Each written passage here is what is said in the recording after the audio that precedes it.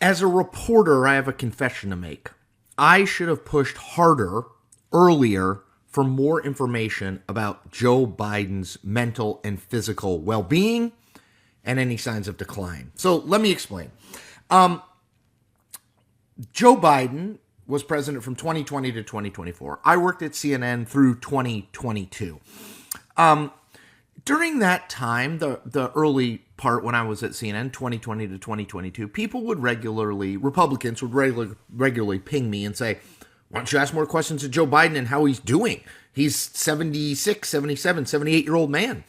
And I would sort of brush them off because what I would say is, well, there's no obvious evidence that he's declining. Yeah, he moves a little slower, he talks a little slower, but there's no evidence that he's declining. And the White House and the people around Joe Biden were absolutely adamant that suggesting anything, asking the question about whether he was in some physical, mental, or both decline was offensive. How could you?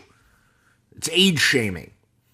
And I think that impacted me at some level because while I did ask the question from time to time of, not directly the White House, but aides and people around in that orbit, I didn't really push on it, if I'm being honest. Now, once I left CNN and once it became a little bit more clear to me about Biden's age, I think I did write pretty regularly and talk pretty regularly about how I wasn't sure that this guy was up to it. And then obviously after the June 27th debate, everybody, including me, was writing and talking about it. The reason that I bring this up is in the last 48 hours, there have been two stories, one by the New York Times and one by the Wall Street Journal, that document the decline of Joe Biden and how we probably should have known then and reported then what we know now.